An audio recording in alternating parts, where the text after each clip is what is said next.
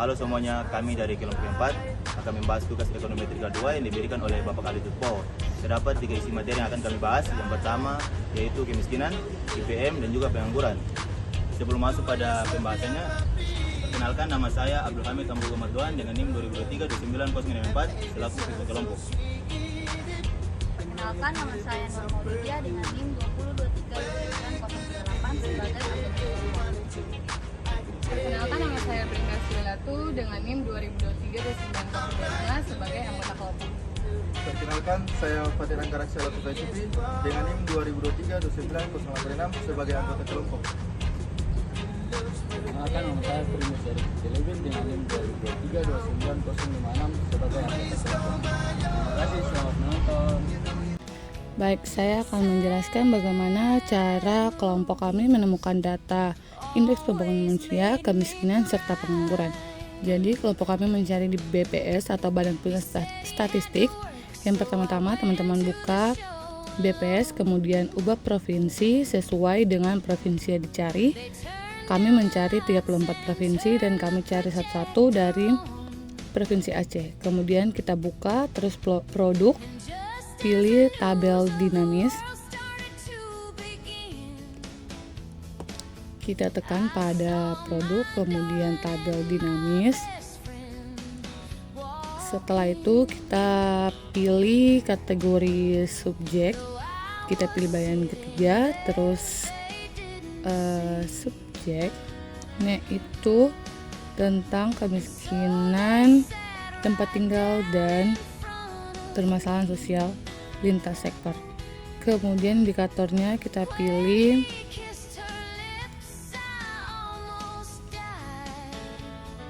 kemudian tahun, karena kita pilih 10 tahun jadi kita klik dari 2025 sampai 2016. Setelah klik semuanya, kita pastikan pemilihan indikator dan subjeknya sudah benar ya. Kemudian kita tekan tambah. Wait, sebentar.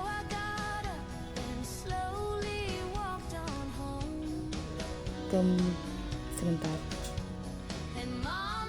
Tambah. Pastikan tahunnya dan judul baris dipilih semua ya, bagian bawah dicentang. Pilih semua tahun. Kemudian kita tambah, baru submit.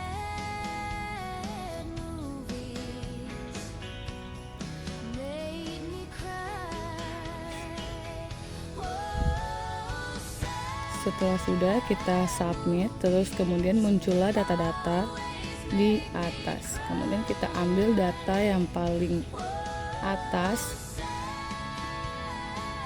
untuk dimasukkan ke file Excel. Setelah di file Excel selesai dari Provinsi Aceh sampai di Papua, kemudian kita save dan akan dibagikan pada eViews.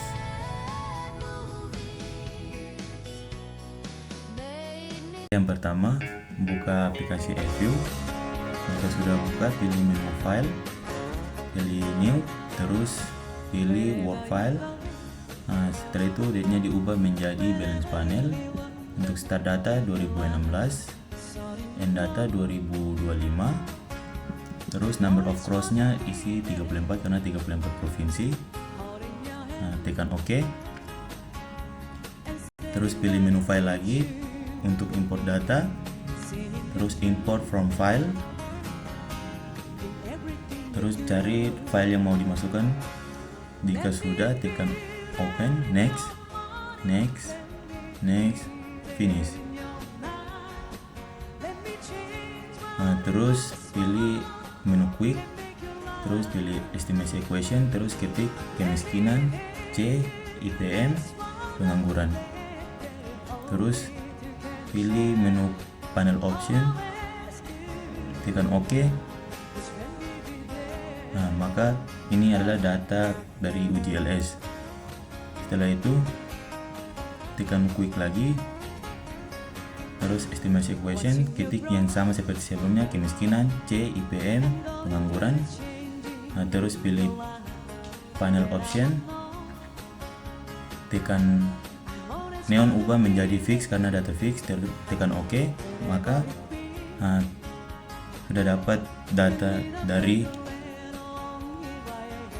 fix atau IPM. Setelah itu tekan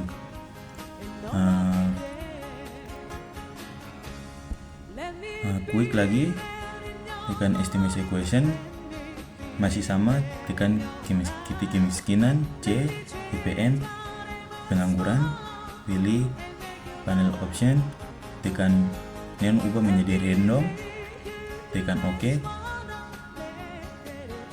terus tekan view, pilih fix random, terus pilih yang di bawah sekali,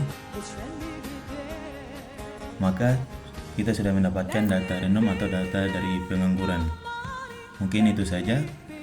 Terima kasih. Baik, saya akan menjelaskan tentang latar belakang dari kelompok kami, yaitu data panel atau lebih tepat disebut dengan panel data adalah jenis data dalam ekonometrika dan statistik yang menggabungkan dua dimensi utama, waktu atau time series, dan unit pengamat atau cross sections, di mana data ini sering digunakan untuk analisis yang lebih kaya dan akurat dibandingkan data time series atau cross section saja. Kemudian saya akan menjelaskan tentang penentuan variabel, di mana kami punya variabel ada 3, yaitu yang pertama Y, variabel dependen atau kemiskinan, X1, variabel dependen atau indeks pembangunan manusia, X2, variabel independen, yaitu pengangguran. Kemudian maksud dari V1 dan V2 di EViews, dimaksudnya di EViews biasa disebut C sama dengan konstanta antar intercept, X1 indeks pembangunan manusia, X2 pengangguran. Kadang dosen menyebut V1 koefisien X1 indeks pembangunan manusia, V2 koefisien X2 atau pengangguran. Kemudian mode regresi yang kami pakai yaitu Y sama dengan C tambah V1 dalam kurung X1 ditambah V2 dalam kurung X2. Artinya kemiskinan sama dengan C ditambah V1 dalam kurung indeks pembangunan manusia ditambah V2 yaitu pengangguran. Di sini kita masuk pada nilai hasil berdasarkan data yang sudah dibuat dari pola SATA dan hasil yang saya sesuaikan sebelumnya. Kamu bisa tulis C konstanta sama dengan 30,10, V1 IPM sama dengan minus 0,50, V2 pengangguran sama dengan 0,62.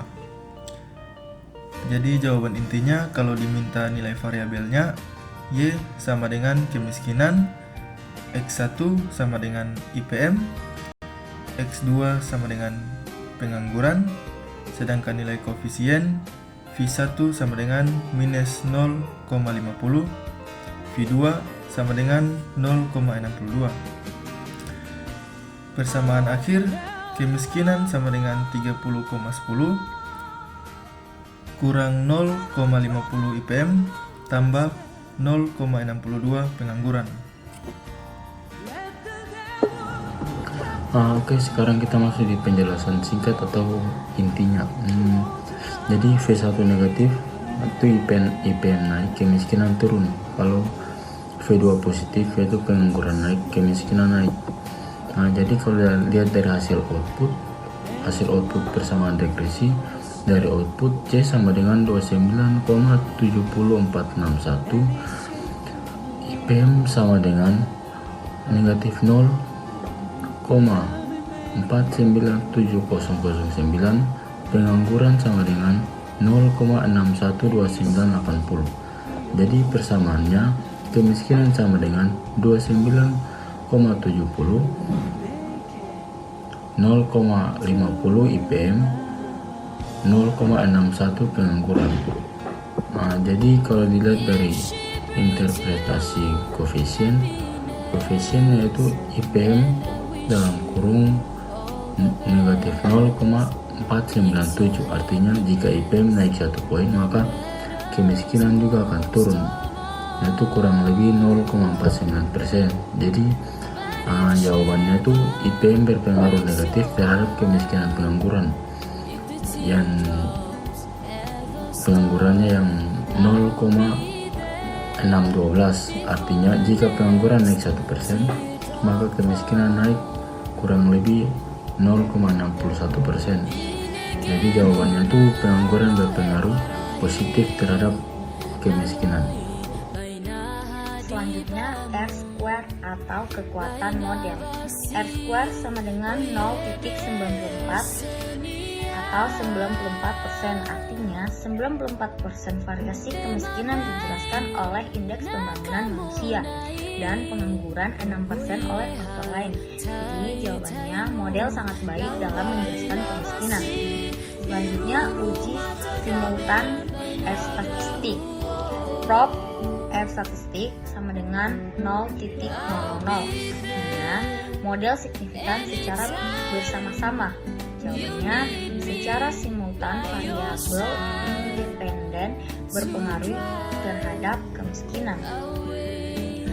Terakhir, kesimpulan. Jadi kesimpulannya berdasarkan hasil kerja kelompok menggunakan data panel balance dari 34 provinsi Indonesia periode 2016 sampai dengan 2025. Sumbernya dari BPS.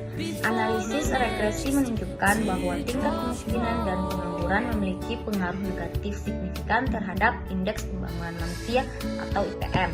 Model Fixed Effect atau FE yang dipilih berdasarkan uji Hausman atau Reject HO menghasilkan koefisien kemiskinan minus 29,70